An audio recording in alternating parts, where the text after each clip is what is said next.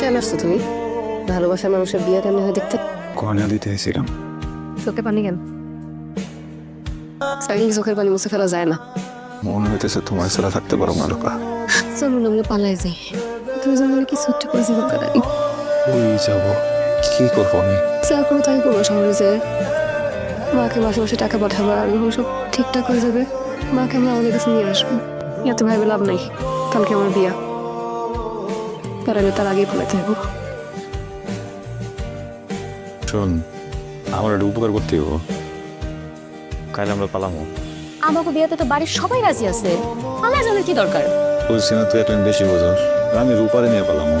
দেখ, আমি বুঝতেছি কথাটা শোনার পরে তোর একটু খারাপ লাগছে। বিশ্বাস কর, আমি ছোটবেলা থেকে তোরা নিজের বোনের মতো দেখছি। আমার জীবনে যদি রূপা নাও থাকতো তাও আমি কোনোদিন তোরে বিয়ে করতাম না। আমার সিদ্ধান্ত নিচ্ছি এর আগে পালায় যাবো। মা আমার আর মার একটু ম্যানেজ করবি, উপকারটা করবি না?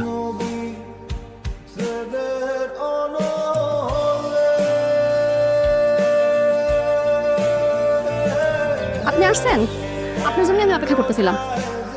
আমি একটা জিনিস কিছুতেই বুঝতে পারতেছি না, আপনার মতো এত সুন্দর একটা মাইয়া আপনি রাশেদ ভাইয়ের খপ্পরে কেমনে করলেন? মানে মানে খুব সোজা, রাশেদ ভাই দেখতে শুনতে হ্যান্ডসাম, নায়কের মতো, কিন্তু তার মনটা একদম ভিলেনের মতো।